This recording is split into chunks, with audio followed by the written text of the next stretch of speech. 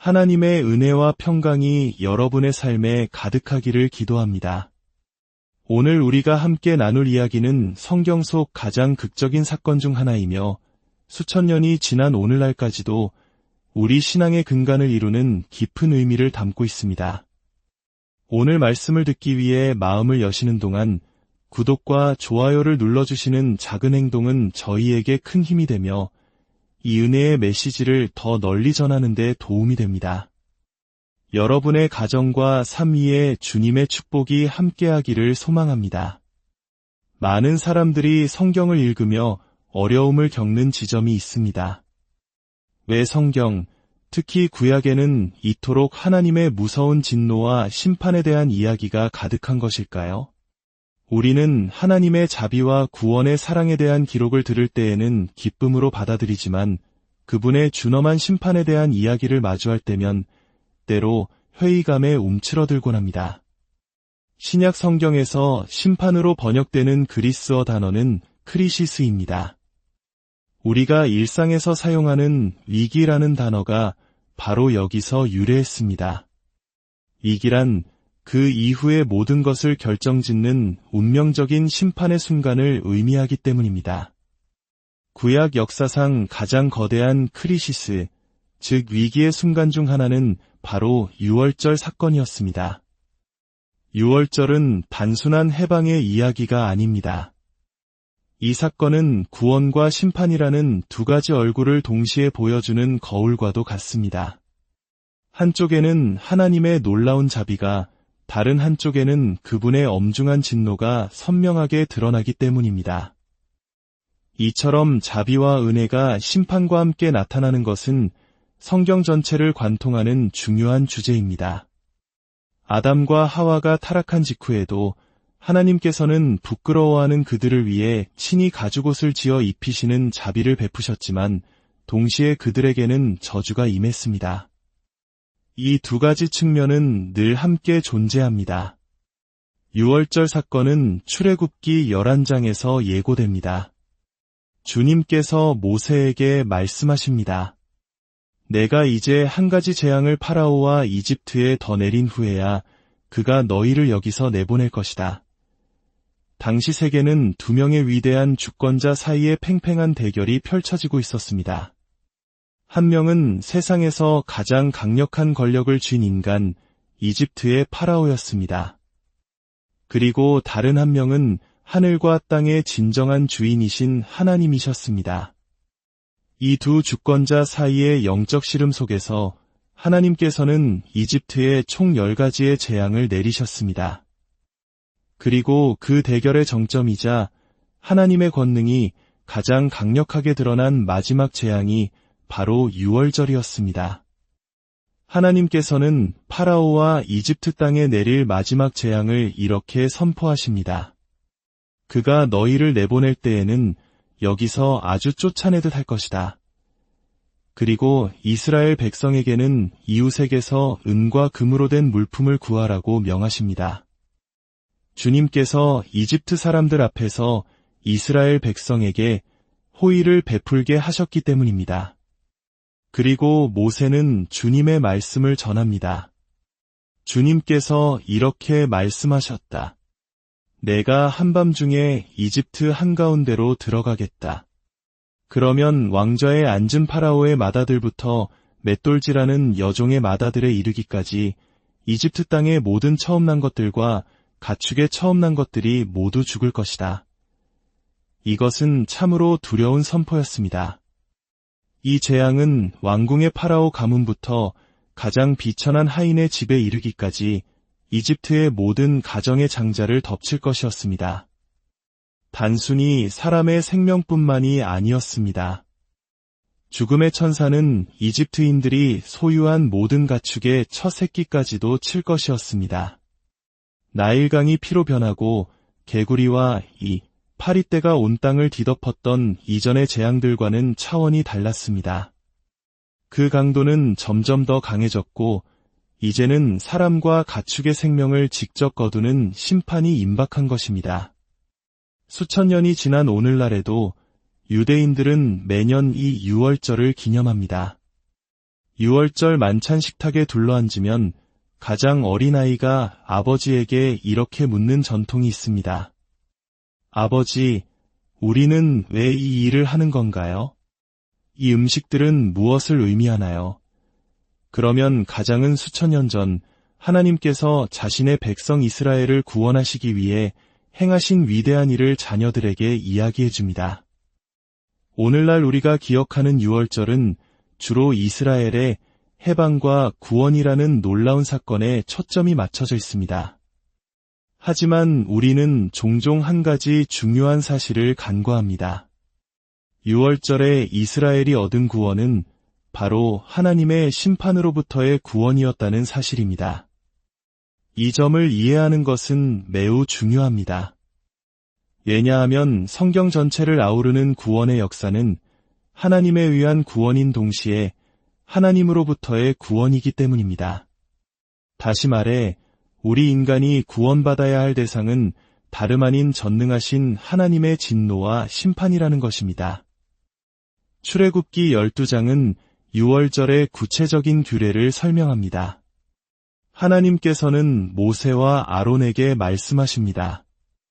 이 달을 너희 달의 시작, 곧 해의 첫 달로 삼아라. 그리고 온 회중에게 명하십니다. 이 달 열흘에 각자 자기 가족을 위하여 어린 양 한 마리를 준비하여라. 흠이 없고 1년 된 수컷으로 골라야 한다. 잠시 여기서 멈춰 생각해 봅시다. 하나님께서는 자신의 백성이 이집트 온 땅에 임할 그분의 진노를 피할 수 있는 구체적이고 세밀한 방법을 알려주고 계십니다. 이 사건은 이스라엘 역사에 너무나도 중요했기에 하나님께서는 아예 그들의 달력 자체를 바꾸셨습니다. 출애굽이 일어난 이 달을 새해의 첫 달로 삼고 대대로 이 날을 기념하게 하신 것입니다. 하나님께서는 흠없는 어린 양을 준비하라고 하십니다. 이 구절은 이미 신약 시대에 일어날 일을 예표하고 있습니다. 우리가 구약의 이러한 배경을 이해하지 못한다면 신약에 펼쳐지는 구원의 드라마를 온전히 이해할 수 없습니다. 유월절과 훗날 대속죄일에 일어나는 일들을 이해할 때 우리는 비로소 세례 요한이 요단강에서 예수님을 보고 외쳤던 말의 의미를 깨닫게 됩니다. 보라, 세상 죄를 지고 가는 하나님의 어린 양이로다. 그렇습니다. 그리스도께서 하나님의 어린 양이라는 개념 전체가 바로 유월절 사건에 깊이 뿌리내리고 있습니다. 최초의 유월절에서 죽임을 당한 어린 양은 하나님께서 자신의 백성을 그분의 심판으로부터 덮어주시기 위해 마련하신 희생 제물이었던 것입니다. 하나님의 지시는 계속됩니다. 그들은 그 양을 잡아서 그 피를 받아 집 문설주와 인방, 즉 문틀의 양옆과 잇부분에 발라야 했습니다. 그리고 그 밤에 그 고기를 불에 구워 무교병과 쓴 나물과 함께 먹어야 했습니다. 조금도 남기지 말고 아침까지 남은 것은 모두 불에 태워야 했습니다. 그리고 식사를 할 때에는 허리에 띠를 띠고 발에는 신을 신고 손에는 지팡이를 잡고 서둘러 먹어야 했습니다. 그것이 바로 주님의 유월절이었기 때문입니다. 여기에 담긴 의미는 명확합니다. 하나님께서 심판의 천사, 죽음의 천사를 보내 이집트인들을 치실 때 천사는 유대인의 집에 이르러 문설주에 발린 어린 양의 피의 표식을 보게 될 것입니다. 그리고 어린 양의 피로 덮여 있다는 그 표식을 보는 곳마다 천사는 그 집을 그냥 지나갈 것입니다. 이것이 바로 이 절기가 지나가다, 넘어가다라는 뜻의 유월절이라 불리는 이유입니다. 하나님의 심판이 어린 양의 피로 표시된 모든 집을 넘어갔기 때문입니다. 이 상징은 신약의 구원 드라마를 얼마나 선명하게 보여줍니까? 신약에서 그리스도의 피는 그분의 모든 백성을 덮습니다. 어린 양의 피로 표시된 모든 사람들은 세상 끝에 임할 하나님의 심판의 진노를 피하게 되는 것입니다. 우리가 심판이라는 개념을 받아들이기 힘들어하는 이유 중 하나는 하나님께서 세상을 심판하실 날을 정해두셨다는 사실을 진정으로 믿지 않기 때문일지도 모릅니다. 하지만 신구약 성경을 관통하는 가장 일관된 메시지 중 하나는 이 세상을 창조하신 하나님께서 인간 역사를 종결짓는 마지막 지점, 즉 모든 인류를 그분 앞에 불러 심판하실 최고의 크리시스의 날을 예비해 두셨다는 것입니다. 그리고 그날 어린 양의 속죄로 덮인 자들은 다가올 진노를 면하게 될 것입니다. 우리는 구약의 이 드라마를 통해 하나님은 심판의 하나님이시며 파라오에 대한 그분의 인내는 끝이 있다는 점을 분명히 깨달아야 합니다. 하나님께서 파라오와 이집트를 심판하실 때 그분은 불의하신 것이 아니라 오히려 지극히 공의로우셨습니다. 그분은 복수하시는 하나님이십니다. 우리는 종종 복수라는 단어 자체를 악한 것으로 여기는 경향이 있습니다. 성경이 우리에게 복수하지 말라고 가르치기 때문입니다. 하지만 하나님께서는 무엇이라 말씀하십니까? 복수는 나의 것이니 내가 갚을 것이다라고 주님께서 말씀하신다.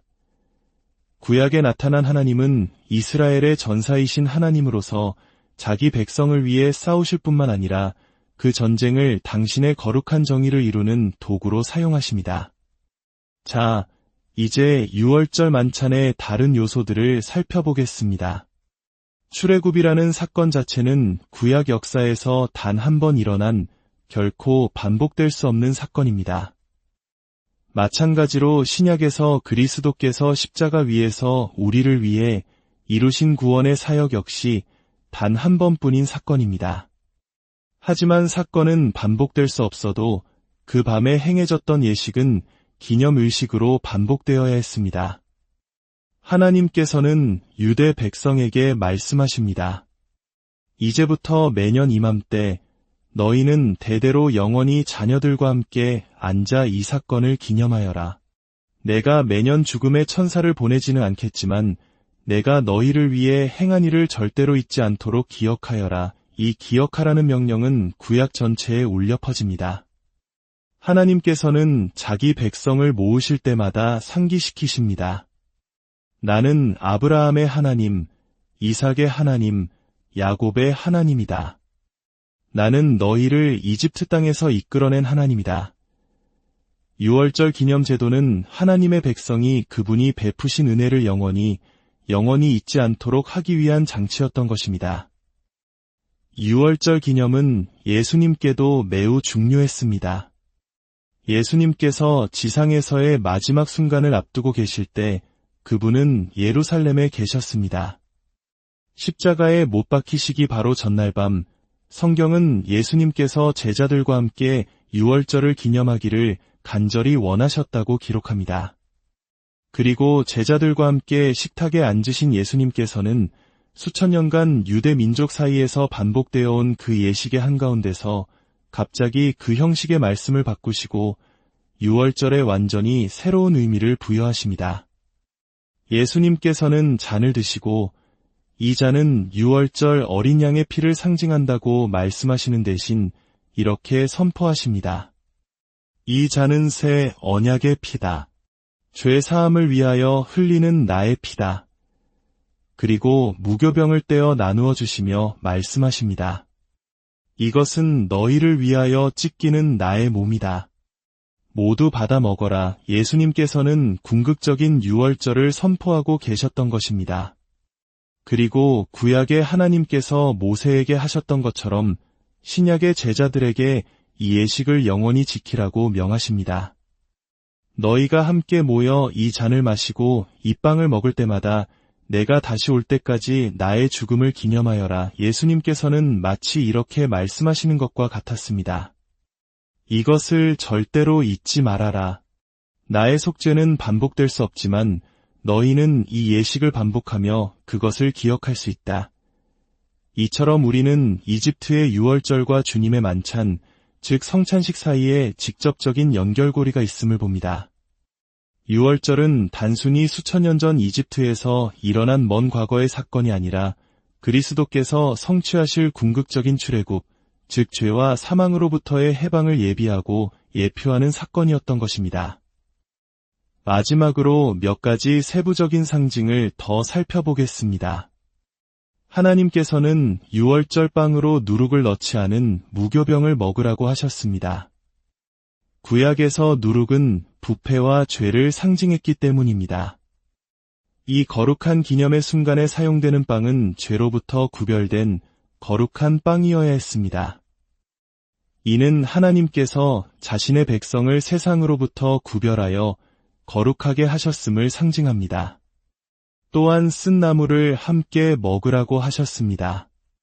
이는 이집트에서의 노예 생활의 쓰라림을 기억하게 하는 동시에 구원이란 달콤하기만 한 것이 아니라 고통스러운 대가가 따르는 것임을 보여줍니다. 마지막으로 그들은 허리에 띠를 띠고 있어야 했습니다.